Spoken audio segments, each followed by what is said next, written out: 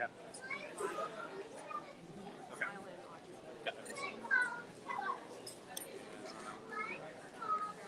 Good morning, everybody. As we gather for worship this morning, I invite us to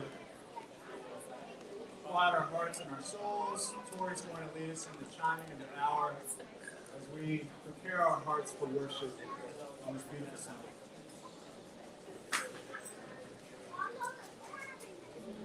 Oh, are you kidding me?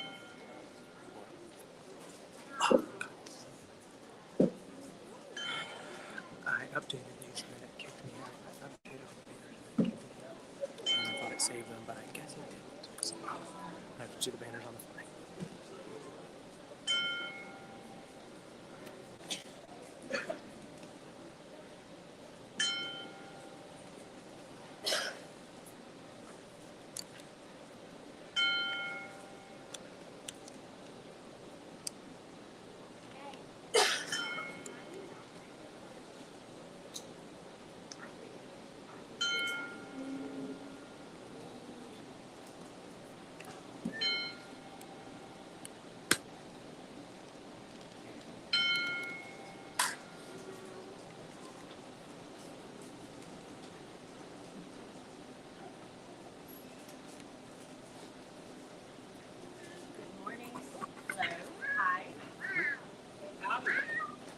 Good morning, y'all.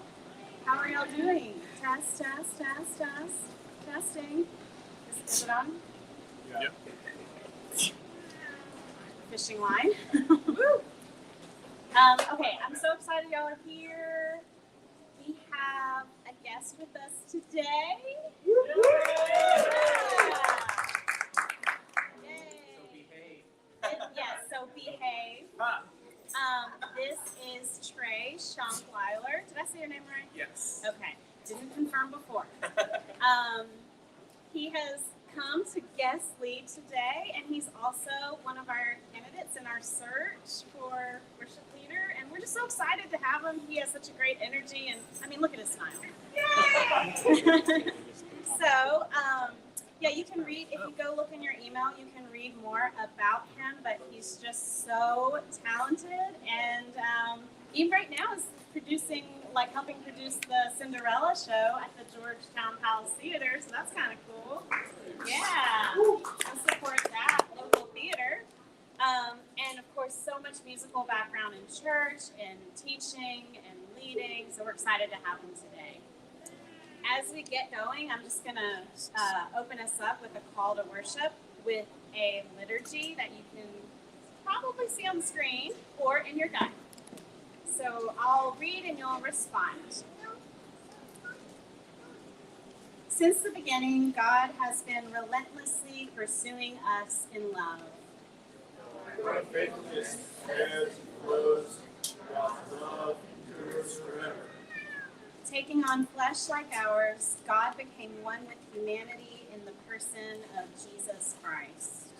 God lived, He moved, He ministered in margins of power.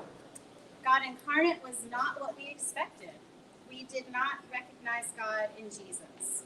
Still, we struggle to recognize God with us. And yet, God continues to dwell in our midst. Thanks be to God. Well, good morning, everybody. I guess it's my turn to talk now. So I'm excited to be here. My name is Trey. I hope I can help lead all you in worship today. That's what I love to do. So that's why I'm here. If you're able to, if you'd like to stand with us and worship with us. It's like it's on.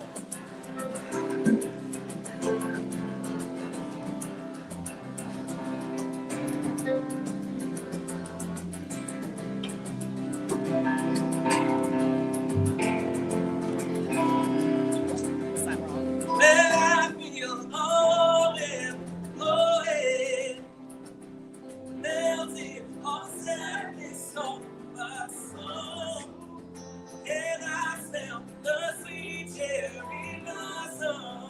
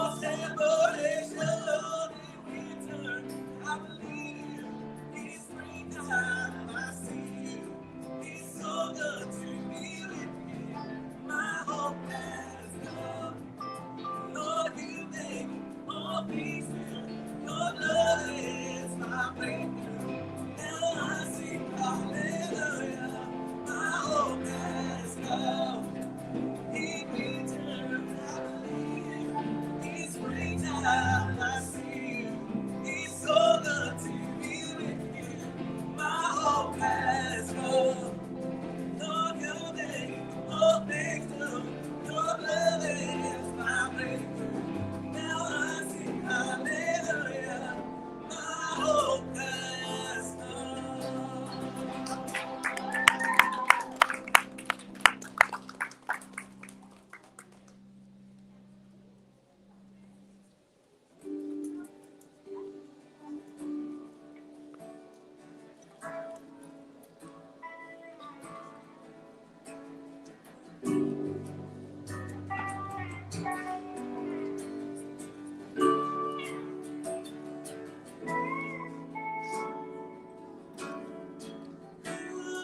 Lord, but I'm Lord.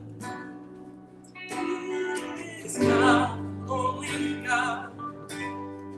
You are the light. You are most righteous is your love. A place to rise above. Your peace like a river floods over us. Our hearts are as the sun till we find rest in you. Our hearts are as the sun till we find rest in you. This is where my whole life is. This is where my soul starts. I will always find my rest in you. So full of mercy, beauty and mystery. You are most always with us. Our hearts are restless until they find rest in you. Our hearts are restless until they find rest in you. This is where my whole life, this is where my soul starts. And I will always find my rest in you. This is where my whole life, this is where my soul starts. I will always find my rest in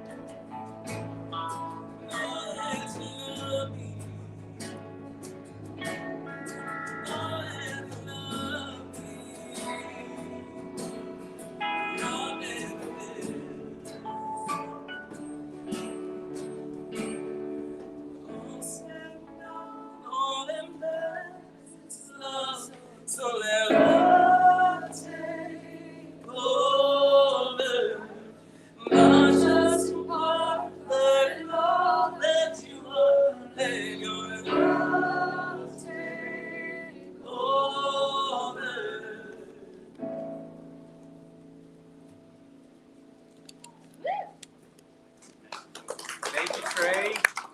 Stan. Are we on here? Test, test. Extra loud. How's that? Yep. Thanks, Trey. Good morning, friends.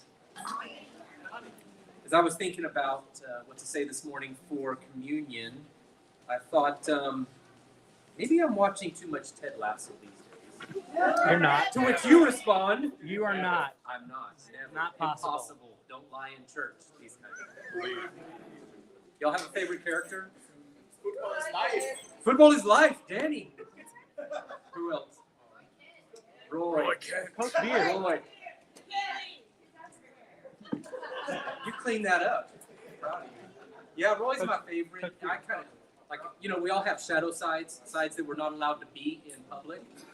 Roy is my shadow side that I wish I could be, but I don't know if I'll ever be able to access my Roy, my inner Roy. But he's my favorite. What I love about Ted, is this lost on anyone? Does anyone not know who Ted Lasso is? I know. You know Ted Lasso? So, Ted believes in community above football. That's what I love about Ted. And that's the secret sauce. I think we're going to find out. I can't spoil because I don't know what's coming, but I think that's what we're going to find out. I got back. I was on military duty for the past week, and I got back late on Thursday, and I immediately started prepping for the past 14 hours of my life, which were 9 13-year-old boys at my house running a muck. And I got to clap for that. Him and his school friends, 9 of them little lessons. Y'all know we don't really have neighbors close to us because we live on a couple of acres, but I had to tell them, you're probably disrupting the neighbors at 11 p.m. last night, even though they're acres away from us. Chill out some. It's been really fun to see them functioning in their little 13-year-old group and watching how Haddon functions within the group during a spirited basketball game of knockout, or as Aurelia calls it, put out. Y'all learned this in Louisiana?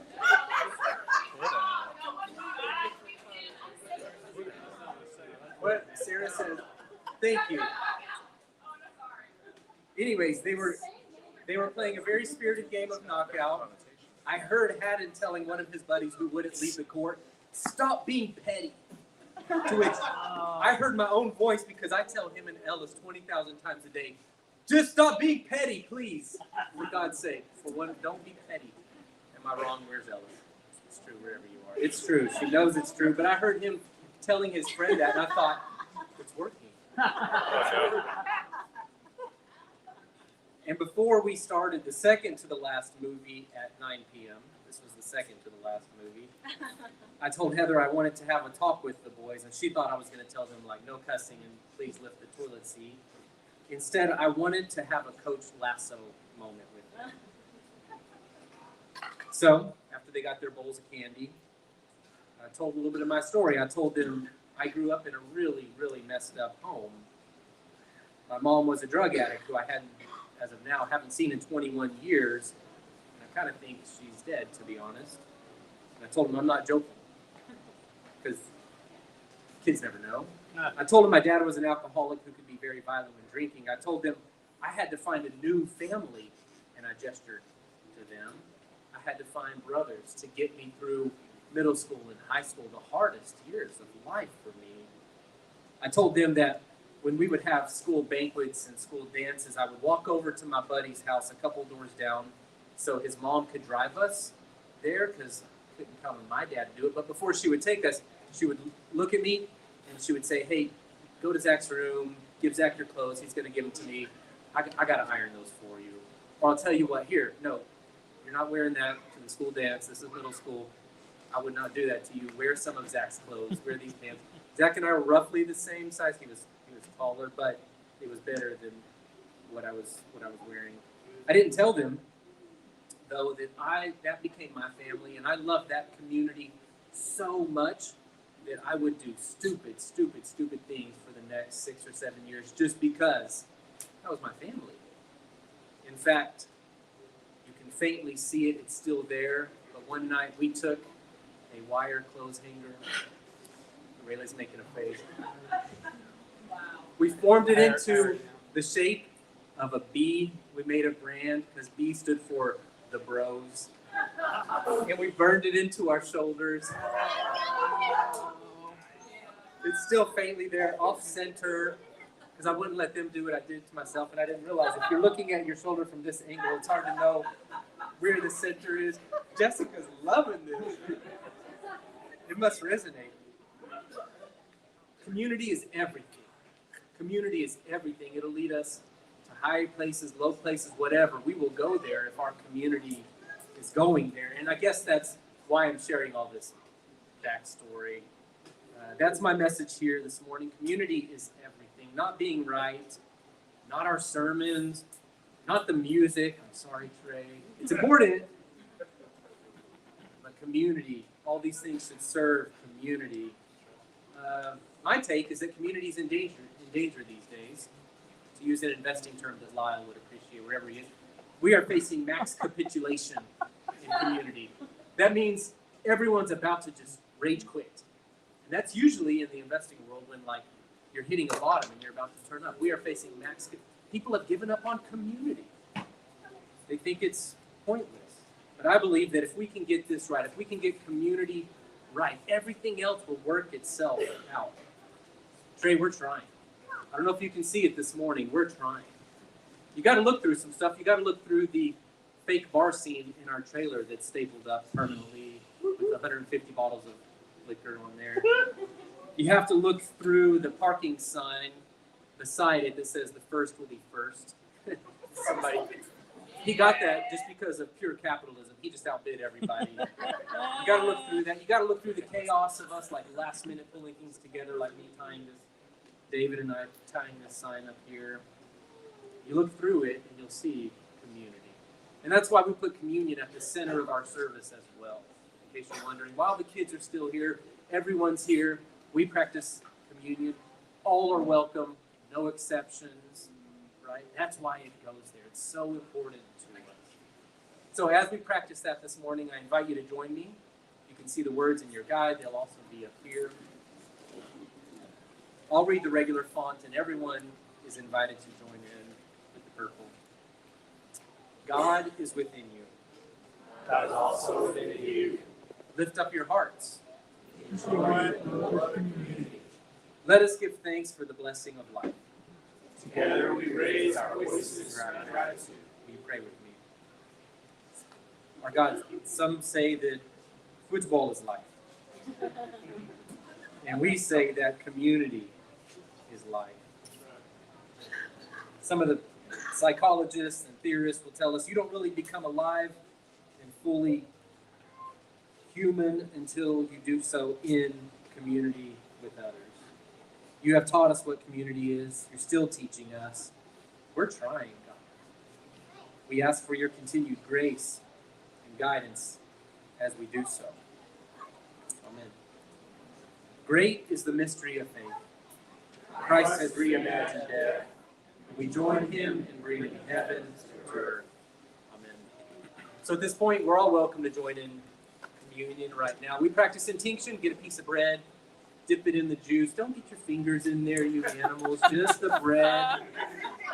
And you can take it as you're led. You can go sit down. You can eat it while you're walking, whatever. We're going to start at the front, go up the center, and then return on the outside. Jessica has some hand sanitizer for you as we go. Okay, thank you. And leave.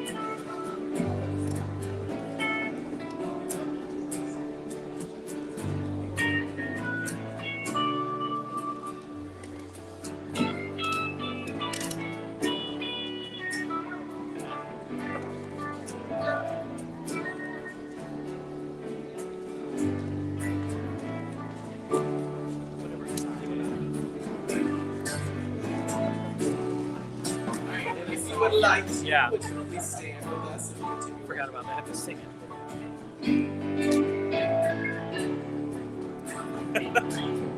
You're singing to me. it. Yeah, absolutely. Yeah. Everybody looking. I wonder if I'll ever find time. I wonder if life would really change. I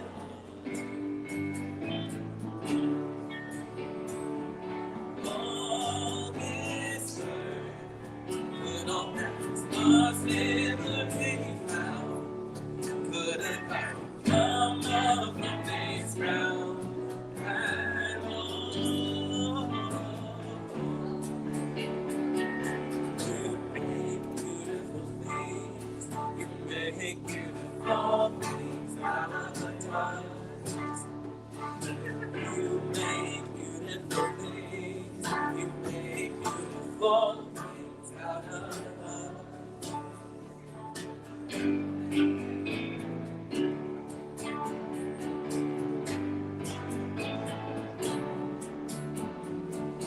All of hope is waking up from this old ground. Out of chaos, light is being found in you. You make beautiful things. You make beautiful things out of dust. You make beautiful things. You make beautiful things out of us.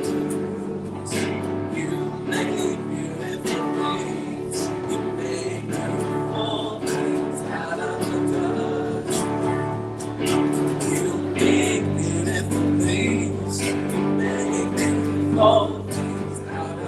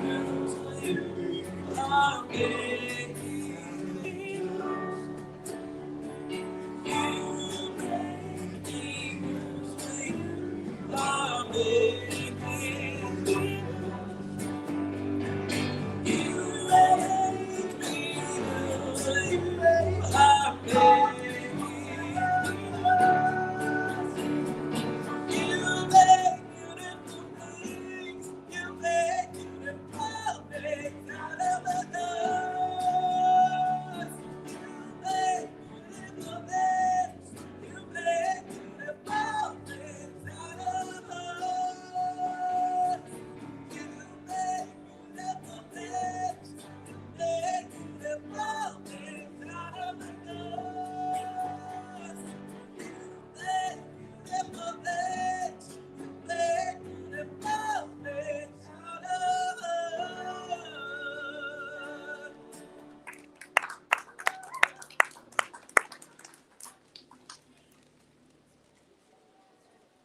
Now it's time for the children's sermon.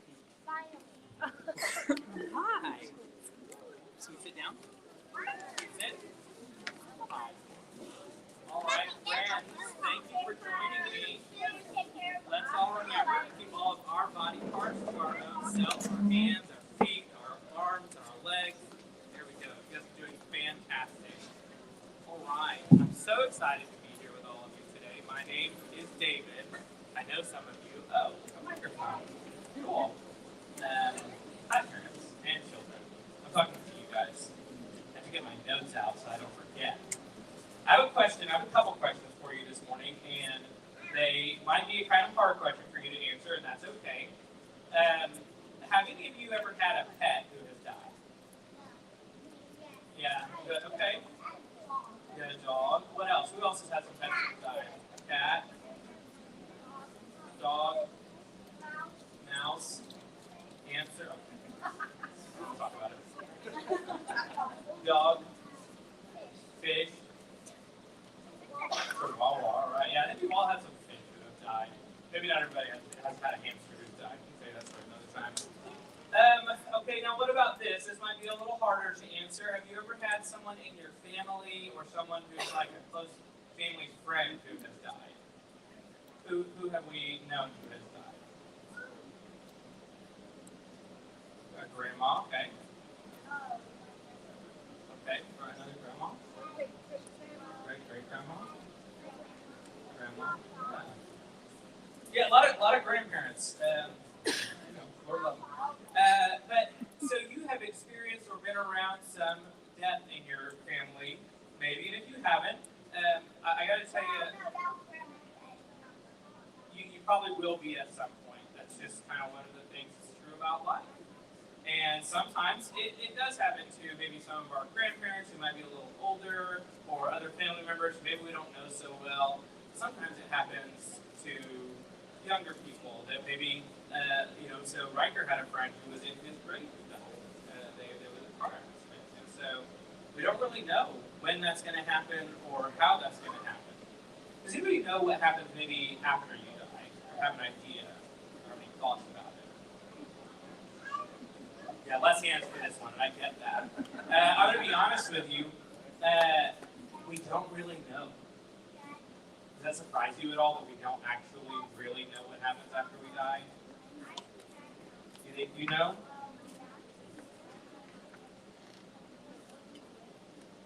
Okay. Well, we have some stories and some ideas in the Bible. Jesus tells his disciples that he's going to prepare a place for them. There's another story about a man named Lazarus who he's homeless and he lives outside the gates of a rich man named Abraham.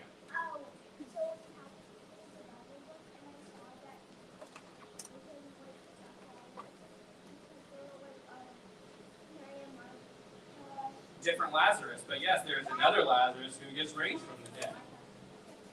Listen, there's a lot of Bible names that are the same, and it can get confusing. I want to be really honest with you. So, Lazarus, the poor man who lives outside the gate, dies, and so does Abraham, the rich man. And Abraham knew who Lazarus was. He never helped him, never gave him any food or helped him or anything. And so when Abraham dies and he's kind of separated from, the rich man is not Abraham. Listen, there's too many Bible names. When the rich man dies, he sees Lazarus with Abraham. And he says, hey, I would like to be there. And Abraham says, well, you didn't ever take care of Lazarus. And he says, okay, well, can you send him back to tell all of my family that they should do things like the prophet said? And Abraham says, well, even if he was raised from the dead and told them what to do, they wouldn't change what they were doing. So, does that sound like any other story you've ever heard that someone was raised from the dead? You heard a story about that, like at church? Like a couple weeks ago at Easter? It's Jesus. Sometimes at church the answer is Jesus. I know, it's surprising. But, so, Jesus is telling a parable. A parable, sometimes you could say, is an earthly story with a heavenly meaning. And so a lot of times people will tell this story to say, hey, if you do good things, you'll be in heaven with God, and if you do bad things, you'll be in a place called hell. But again, we don't really know exactly how that works or what happens. Jesus really is telling the story saying, hey, it wouldn't matter if someone raised from the dead, like I'm going to do, and told people how to live, because if they don't want to do it, they're not going to do it. So, if we go back to talking about what happens after we die, and we get to this idea that maybe we don't know, that's hard for me to accept sometimes. I like to know the answers to stuff. Do you guys like to know the answers to stuff? Yeah, I want to know the answer. I want to know. I want you to tell me. So I work as a chaplain, and I get to be around people and their families every day who are dying. And so I get to chat with them, and they get to tell me about their life, and we get to talk about sometimes things that they maybe are sad about, and sometimes things they're excited about, or things that they love, or their family, and things like that. And it's a very sacred time. It's a very holy time, even for people who maybe don't believe what I believe. It's time spent reflecting on their life, and they ask questions about, well, what do we think is going to happen? Where am I going to go? Will I see the people I love? And I don't know, and I have to tell them I don't know. I don't have an answer to that. I wish I did. And what I have hope about, and what I think a lot of us who are here who have a belief in Jesus, is that we have a hope that we'll be in the divine presence of God in some way, shape, or form, whatever that looks like. I don't know. And then maybe I'll get to see people that I've loved who died before me, or maybe see people later on who died after me, and spend time with them, enjoying ourselves. So the short answer about what happens when we die is I don't know, and I wish I did. But hopefully we spend time in the divine presence of God and with people we love. And parents, for further education, you can listen to When I Get to Heaven by John Prine. Oh, if you are you follow Miss Audrey and Mr. Lyle, if you are a child and going to over there. So, peace.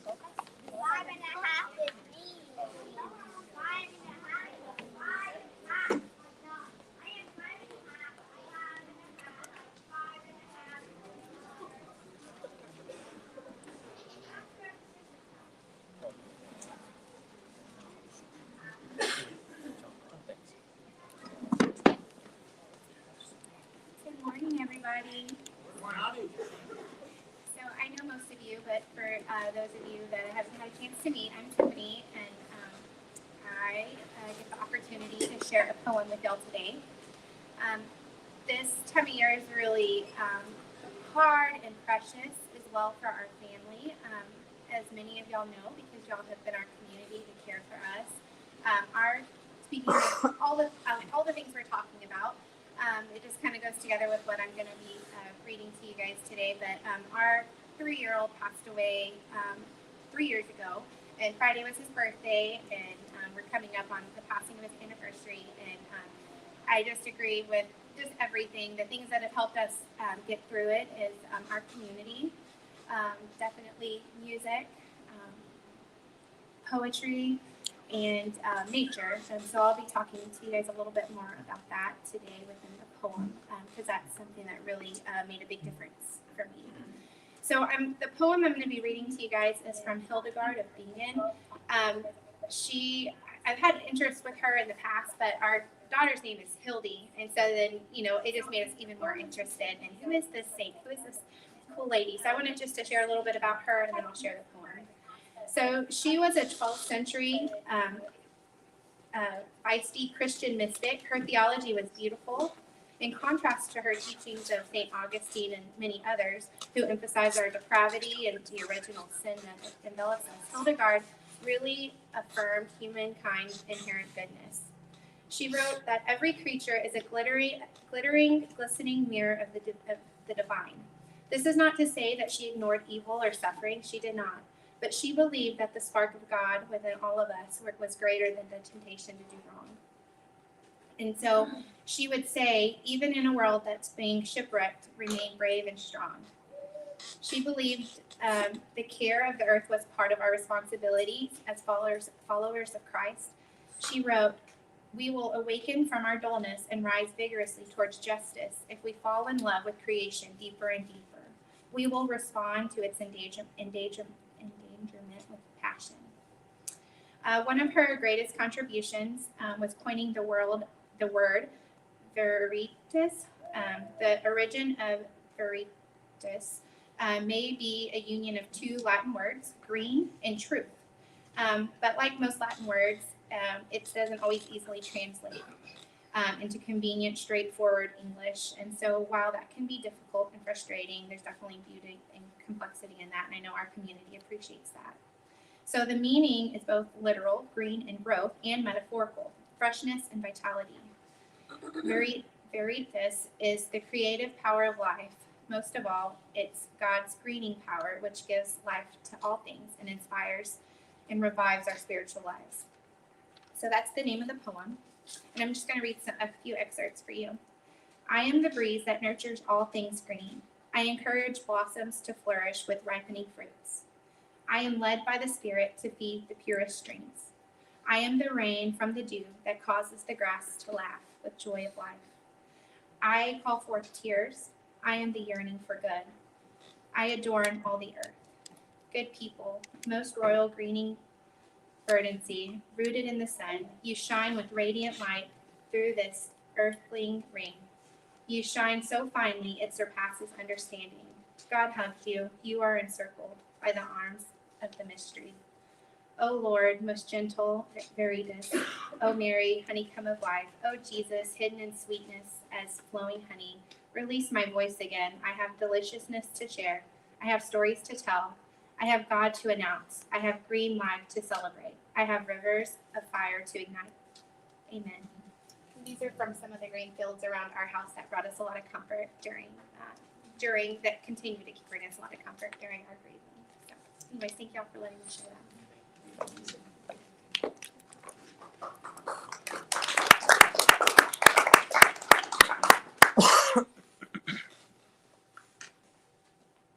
Good morning, everyone. I'm going to take the microphone out.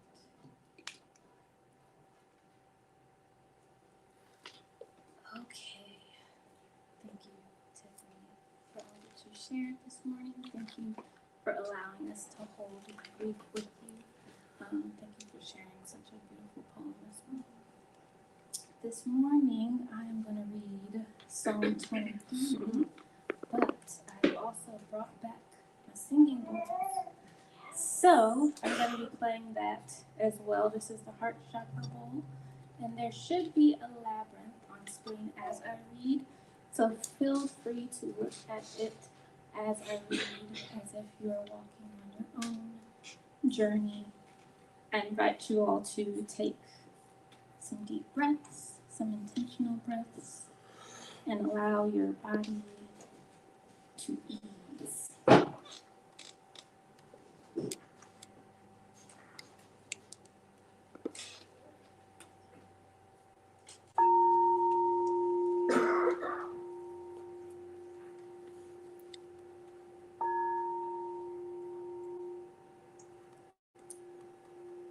Yahweh is my shepherd. I shall not want. Yahweh makes me lie down in green pastures, leads me beside still waters. Yahweh restores my soul. Yahweh leads me in right paths for their name's sake. Even though I walk through the darkest valley, I fear no evil, for you are with me. Your rod and your staff, they comfort me. You prepare a table before me in the presence of my enemies. You anoint my head with oil, my cup overflows. Surely goodness and mercy shall follow me all the days of my life, and I shall dwell in the house of the Lord my whole life long. We hear the voice of God in these words. Speak God.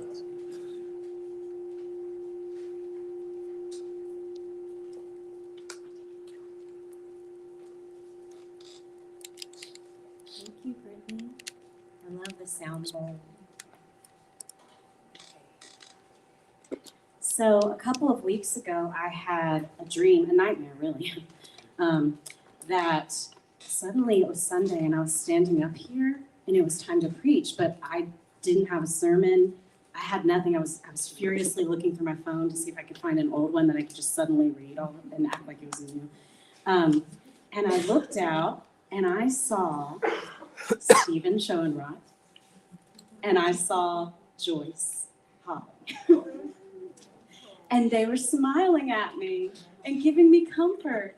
And even though I was like terrified, I was like, it's okay. And now they're here today. So I feel like it's fine. It's going to be fine. I mean, I have a sermon. But. So our text is from Luke chapter 24, verses 13 through 35. It's the road to Emmaus. Anyone automatically familiar with that story? This is from the third Sunday in Easter. We were supposed to have church last week. And anyway, we're here now. So I had already started, so this is the text for this week on the fourth Sunday of Easter. Now, on that same day, two of them were going to, oh wait, did I record? Nope. Now, on that same day, two of them were going to a village called Emmaus, about 7 miles from Jerusalem, and talking with each other about all these things that had happened. And while they were talking and discussing, Jesus himself came near and went with them, but their eyes were kept from recognizing him. And he said to them, "What are you discussing with each other while you're walking along?" They stood still, looking sad. Then one of them, whose name was Cleopas, answered him, "Are you the only stranger in Jerusalem who does not know the things that have taken place there in these days?" He asked them, "What things?" They replied, "The things about Jesus of Nazareth, who was a prophet, mighty in deed and word before God and all the people, and how our chief priests and leaders handed him over to be condemned to death and crucified him. But we had hoped that he was the one to redeem Israel.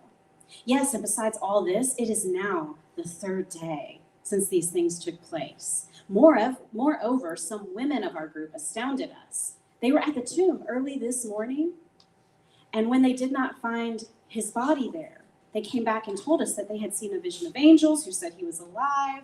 Some of those who were with us went to the tomb and found it just as they said, but they didn't see him.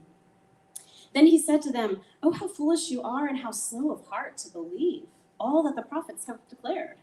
Was it not necessary that the Messiah should suffer these things and then enter into his glory?" Then, beginning with Moses and all the prophets, he interpreted to them the things about himself in all the scriptures. As they came near the village to which they were going, he walked ahead as if he were going to go on, but they urged him strongly, saying, "Stay with us, because it's almost evening and the day is now nearly over." So he went to stay with them. And when he was at the table with them, he took bread and he blessed it and he broke it and he gave it to them. And their eyes were opened and they recognized him. And then he vanished from their sight. They said to each other, "Were not our hearts burning within us while he was talking to us on the road, while he was opening the scriptures to us?" That same hour, they got up and returned to Jerusalem, and they found the 11 and their companions gathered together. They were saying, "The Lord has risen, and he's appeared to Simon." And then these two told the 11 what happened on the road and how he had been made known to them in the breaking of the bread. We hear the voice of God in these words. Thanks be to God. So, good morning. On this fourth Sunday of Easter, it's still Easter in the text. It's still Easter. It's still Easter Day. Some of you know this already, some don't, but there's actually 50 days in the Easter season. So it's not just like one and done on Easter Sunday. There's actually like then 50 more days, 7 weeks on the church calendar. It's the longest calendar. It's the longest season on the church calendar, second only to ordinary time, which is like summer, you know. And every Sunday, of course, is considered a little Easter, where, you know, we have a resurrection moment. And so this series that we're in, this is the second week, I guess, or third if you count Easter Sunday. This is our Easter series, and we're given another resurrection story. And not just another resurrection story, but several in one story. If you noticed, it started with, of course, the two, Road to Emmaus. Then they reference the Easter story, the women at the tomb. And then at the end of the story, they're back with the 11, and they're talking about how Simon saw Jesus. And so there's all these Easter stories in one Easter story, and now we're talking about it in the season of Easter. Cool, huh? But I really like it, because it's like, slow down. Don't rush past Easter.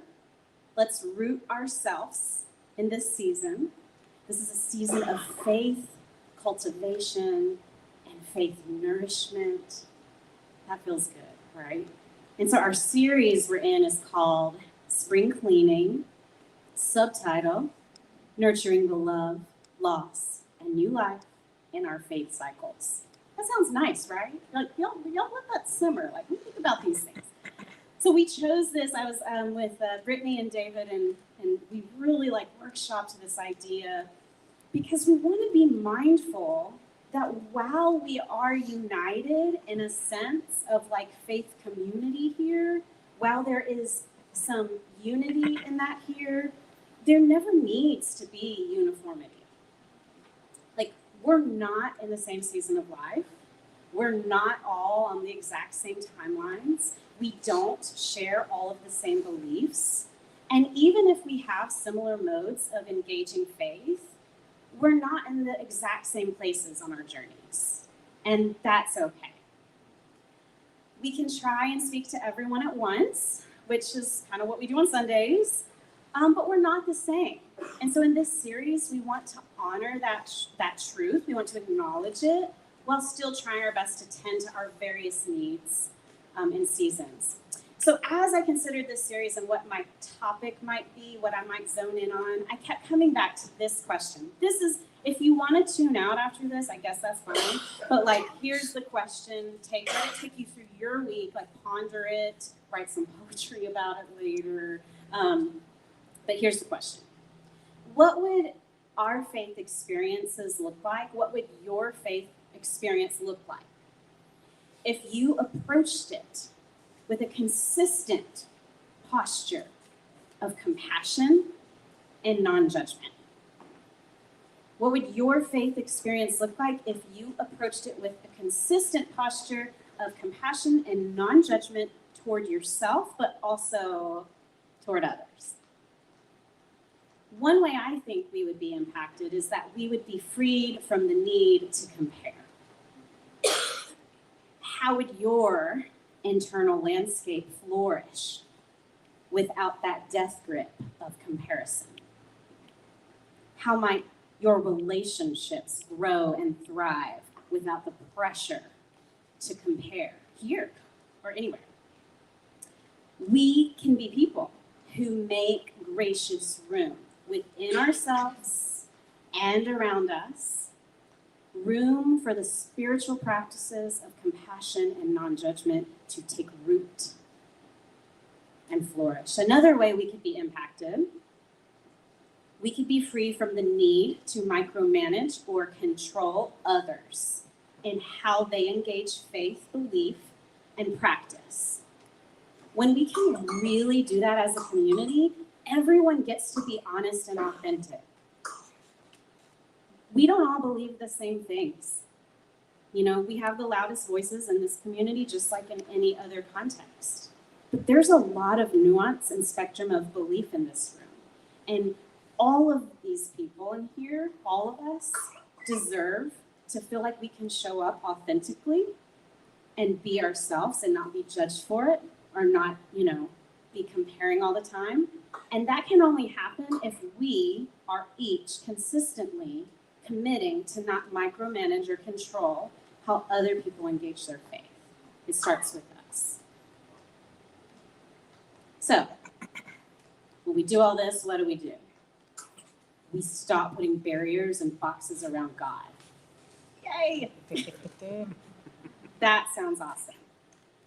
I think we can do this. I think we can be people of faith who honor each season we're in ourselves, and we can be people of faith who bear witness, holy witness to the seasons and cycles of faith that our various community members are in as well. When we do this, we realize there are many beginnings and many ends. There's many deaths, many lives lived, and many resurrection stories.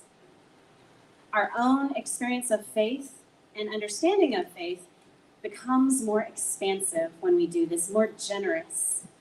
And our capacity to consistently approach others and ourselves with compassion and non-judgment increases. So I think when we become aware of the cycles of faith, we can begin to honor them just as they are. Because our belonging is no longer tied to whoever we think we need to be or whatever we think we need to believe. We're just honoring the cycles here. I love that there are multiple versions of the same story at the gravesite. There's multiple versions of the Easter story and, the different gospels. And of course, endless resurrection stories, both told and referenced in our sacred text. Because in our faith cycles, of course, I just said there's many resurrection stories as well. There's life, death, resurrection, there's hope, there's new perspective, there's new evolution over and over and over and over again. And our faith cycles aren't simply cycles of belief either.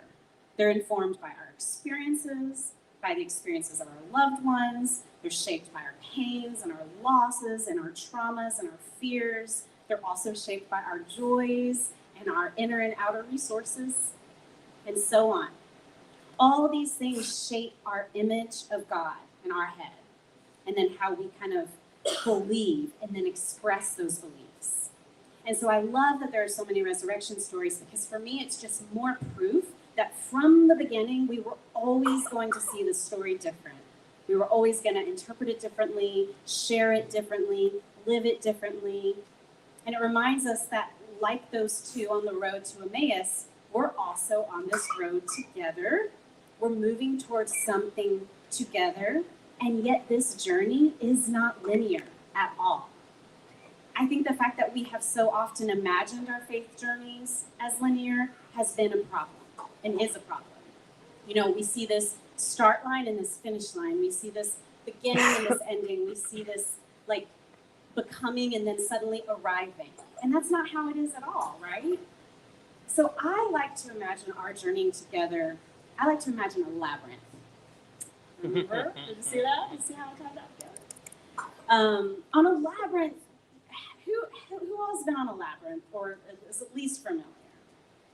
On a labyrinth, we're moving toward the center, yes. But we're doing this over and over again. We're beginning again, we're starting over many times throughout our lives. We go into the center, we go out, we go in. You know what I mean? We step off the path sometimes. And I'm saying, maybe in all of our ridding, all of our burning down, we should pluck from our consciousness the image of a straight road and replace it with the twists and turns of a labyrinth. I have memories of walking a labyrinth with our community. We used to do retreats. Oh man, those were good. And we've walked some labyrinths in community together, and our children have walked labyrinths. And it's been a beautiful memory and image in my mind when we, you know what, I want to go on a labyrinth. Should we go on a labyrinth walk this Yes. summer? Let's go explore the various labyrinths in the area. I have a whole list. Labyrinth field trip. Okay, that was a side note. We walk the labyrinth with fellow pilgrims, even as we are on our own journey, going at our own pace. Sometimes others outpace us. They're going at their own pace. We don't block them. We don't judge them. We observe. We silently, mindfully step off the path, let them pass, and continue on at our own pace, on our own timeline, on our own journey. I wonder if this labyrinth imagery could lend us those gifts of compassion and non-judgment for our journeys. Could it keep us from the crutch of comparison that stifles us, that keeps us from creativity, authenticity, and a sense of unconditional belonging? Could this imagery help us understand that we're not just beings who evolve and move beyond things? We need to begin again sometimes. We find ourselves in similar places that we've been before sometimes. We are people who return sometimes. Even in our text, they're on a journey, but by the end of it, they have returned to Jerusalem. We may get to the center only to find ourselves returning the way we came and then back again and again. Could all this movement be wisdom, not chaos, but wisdom? A labyrinth is so fitting, in my opinion, so representative of the journey of theology, of thinking about, learning about, considering the things of God. It represents the inner cultivation that sets us on our own authentic path of our own moments of divine connection. It's so necessary. But what brings all this thinking about, learning about, considering, and pondering to life? What brings it to life? What gives our faith legs, or perhaps even eyes? In the Bible, there's many resurrection stories, many versions of the same story over and over again. This is what Jesus was doing for 40 days after the resurrection. He went around resurrecting people, resurrecting their faith and energy and hope. And we tell different versions of the story. This is the work of Easter. But what strikes me in our story from today's reading is this. It's not good theology that makes them see. Good theology is actually not that important, according to this story. Sure, eventually the scriptures resonate with them, but it's not good theology that makes them see Jesus.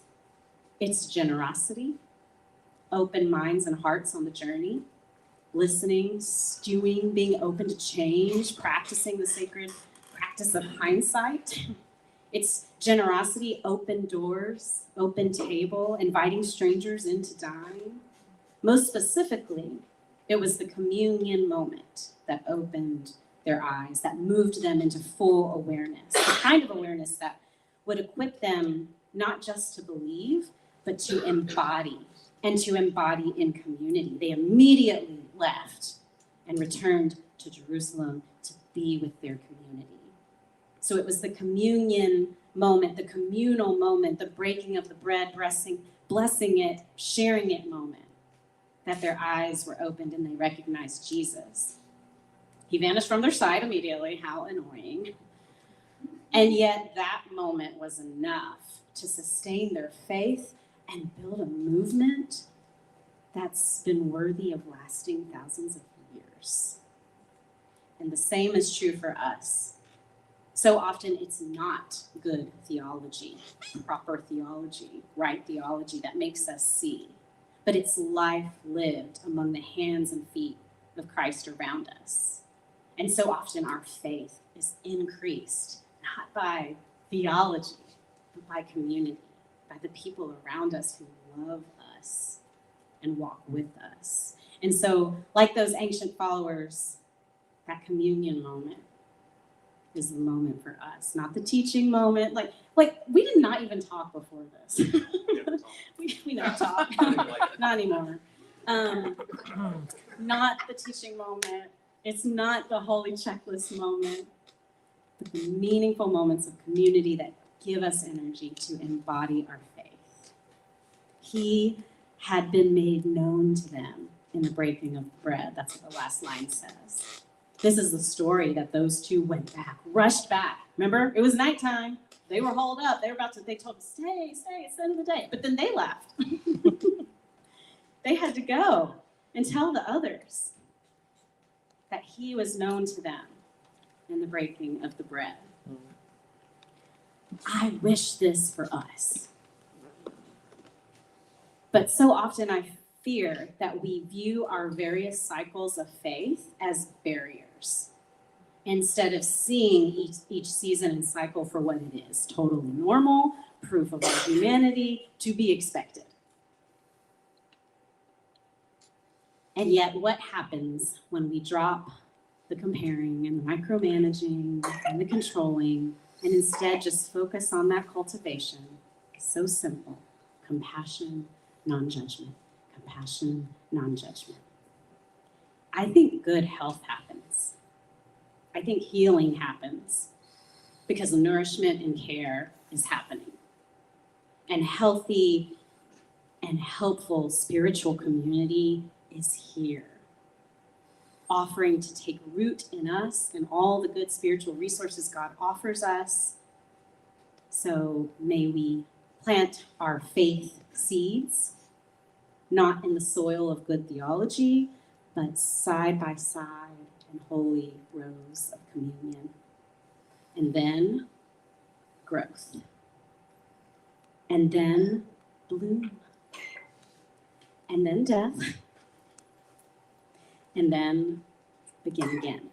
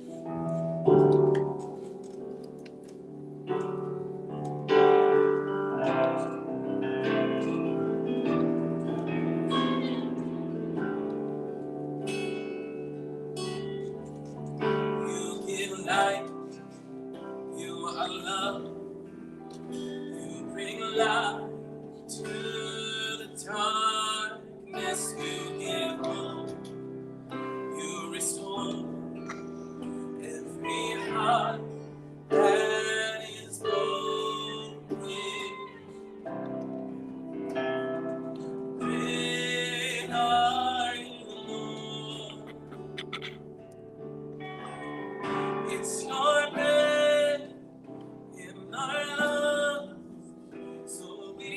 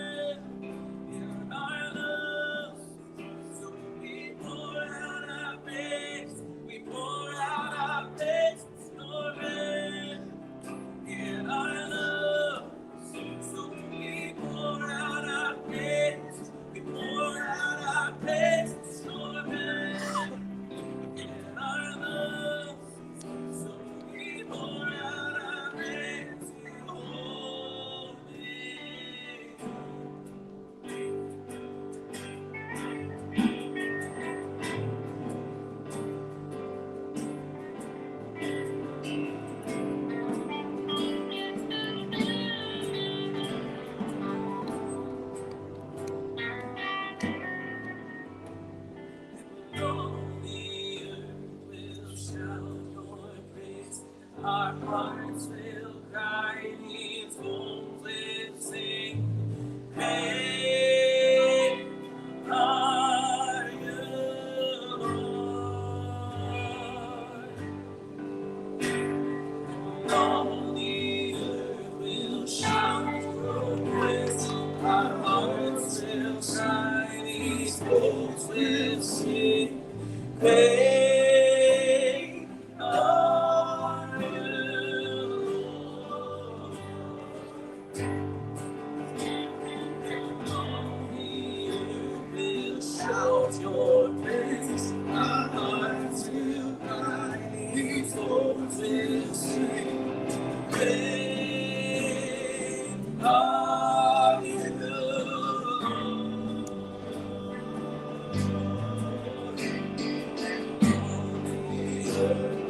Shout your praise. Our hearts will cry, these bones will sing.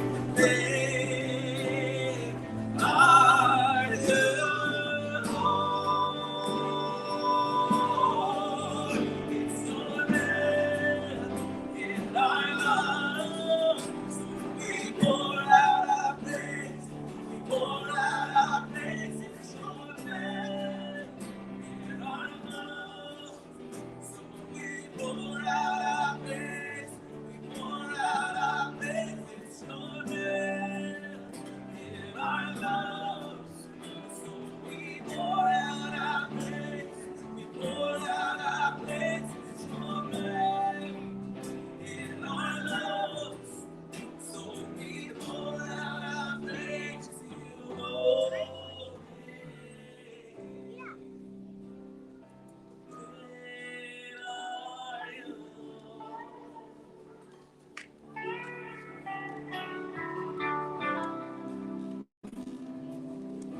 Great are you, Lord.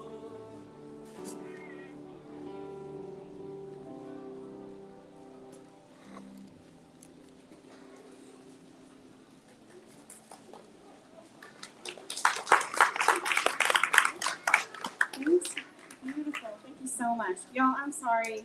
I know it's kind of late. Just real quick, a couple of announcements here. Let's start with the most. Okay, first of all, we need to get our clap game together.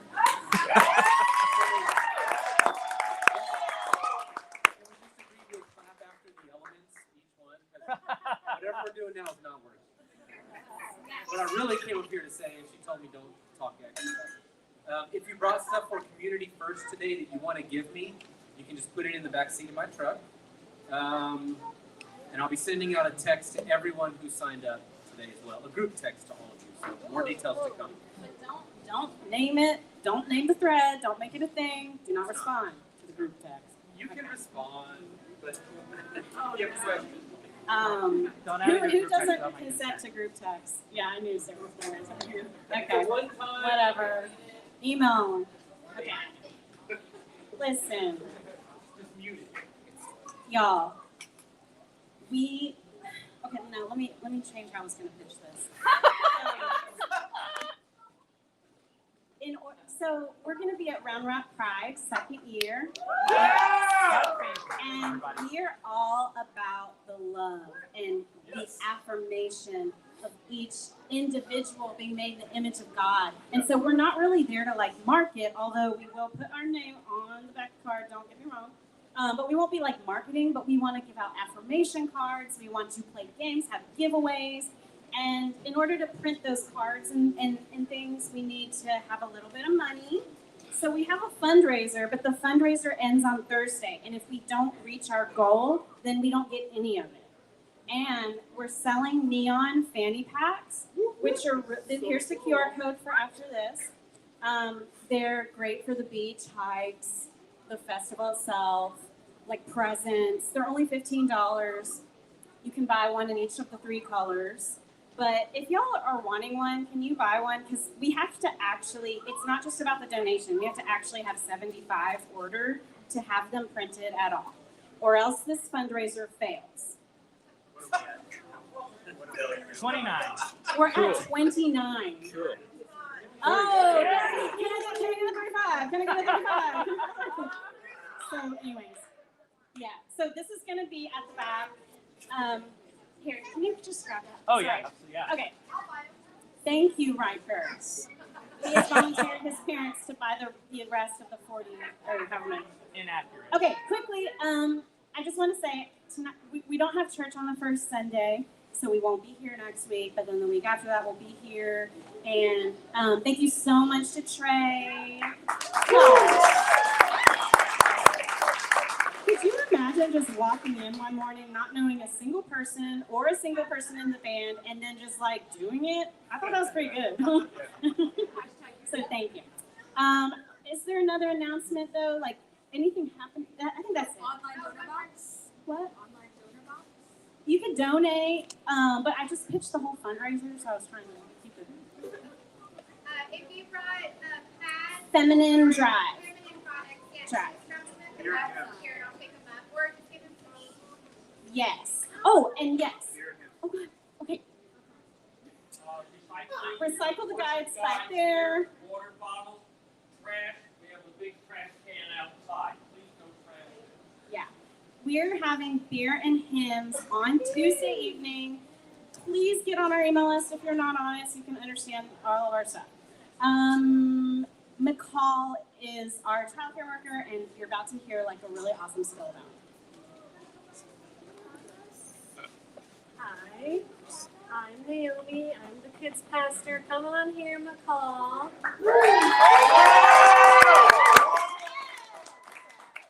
So sad. We brought the kids in early today, just during this very last, very emotional song. But we brought the kids in early so that we can all be here to honor McCall. It's her last Sunday. We're so sad. She's graduating nursing school. So we hope to see you again. We hope this isn't the last time. And if you have anyone you know that's 18 or older who needs a job in a child care worker, we're so thankful. And she's amazing. She's taken care of the 2 to 4-year-olds every meeting, faithfully been here, all of our crazy schedules and the times we meet, the times we don't meet, and yeah, thank you so much.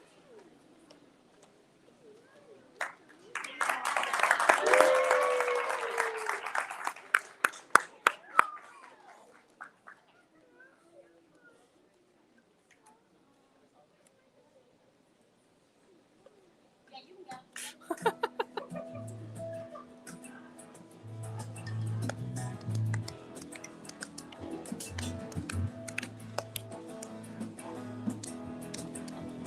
Just stand as we sing our closing song. Feel free to move around. Kids, you can dance. Grown ups, you can dance too. And the night goes from you, go with me. And the joy comes from you, comes from me. And the light shines from you, shine from me. And the love flows from you, flows out. Bring the world to life. Show us what we believe.